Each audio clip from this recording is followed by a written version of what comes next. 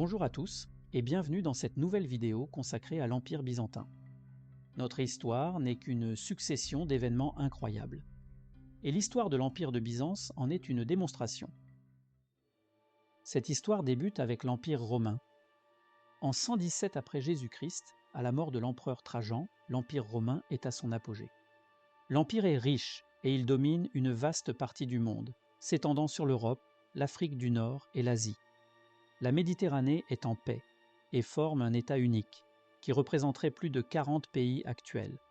C'est la Pax Romana. À cette époque, l'Empire romain, avec ses vassaux, en rose sur la carte, s'étend sur environ 6 500 000 km² et rassemble un quart de l'humanité, soit environ 88 millions d'habitants. Toutes les régions de l'Imperium Romanum ou Empire romain sont soumises à une même loi, une monnaie unique et un seul dirigeant. L'Empire est immense et le traverser à cheval pouvait prendre des mois. Gérer seul un territoire aussi vaste est presque impossible. De sa fondation par Auguste jusqu'à la déposition de son dernier empereur, Romulus Augustule, l'Empire eut une histoire intérieure et extérieure complexe, caractérisée au départ par une certaine stabilité politique appelée la période du Principat.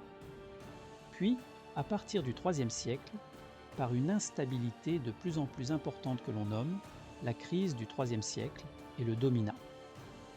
Après l'assassinat de l'empereur Alexandre Sévère en 235 par ses soldats, l'Empire tomba dans une crise profonde.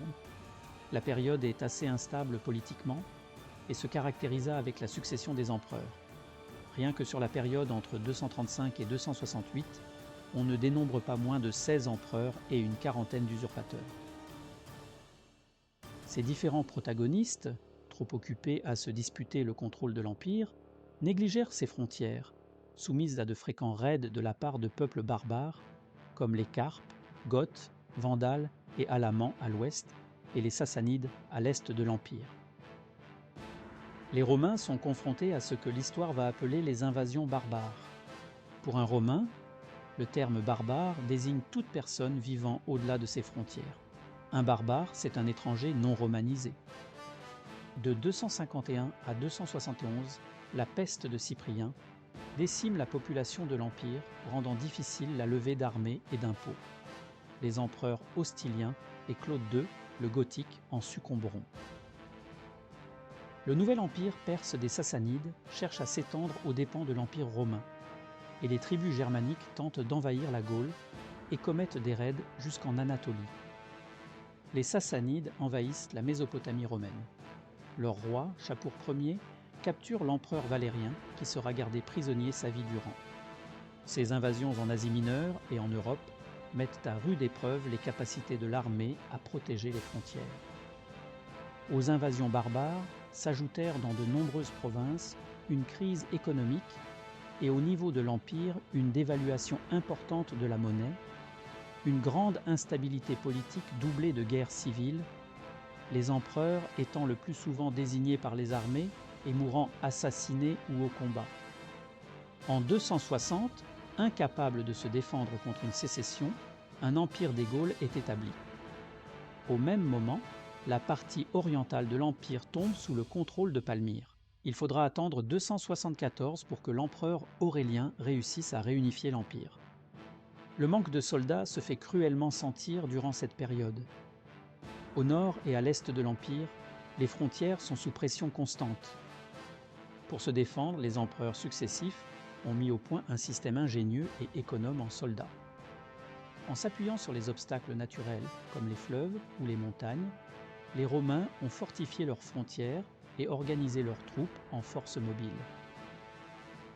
Ces travaux, parfois pharaoniques, sont encore visibles aujourd'hui comme le mur d'Adrien en Angleterre.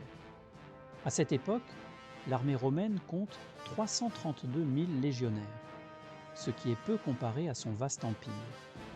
Mais son système est assez efficace. Au début du IVe siècle, l'Empire romain connaît une transformation majeure lorsque l'empereur Constantin favorise, via des réformes, l'essor du christianisme. En 324, après des années de guerre civile pour unifier l'Empire, Constantin décide de fonder une nouvelle capitale de l'Empire romain, sur le site de l'antique cité grecque Byzance, à laquelle il donne son nom, Constantinople. Il l'inaugure le 11 mai 330 après 12 années de travaux. Constantinople est bâtie sur un site naturel défensif qui la rend pratiquement imprenable, alors que Rome est alors sans cesse sous la menace des Germains. Sa décision est stratégique, car Constantinople est située sur le détroit du Bosphore, un carrefour commercial crucial, à la croisée des influences occidentales et orientales. Le détroit du Bosphore le connecte à deux mers, la Méditerranée et la mer Noire, ce qui en fait un centre vital pour le commerce. De plus, les remparts massifs de la ville en font une forteresse presque impénétrable, assurant sa sécurité. Dès Constantin, la ville compte 100 000 habitants. Celui-ci y fait construire le Grand Palais. L'ensemble de ces atouts feront que très vite, cette nouvelle Rome, qu'est Constantinople, deviendra le joyau de l'Empire.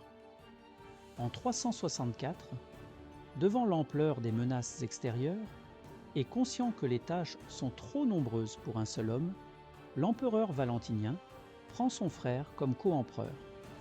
L'Empire est donc partagé. À l'ouest, Valentinien Ier, l'aîné, dirige l'Empire d'Occident. À l'est, son frère Valens dirige l'Empire d'Orient. Un territoire, deux trônes et deux empereurs qui travaillent ensemble au bien-être de l'Empire. Empereur dynamique, Valentinien passe le plus clair de son temps à restaurer les fortifications de l'Empire.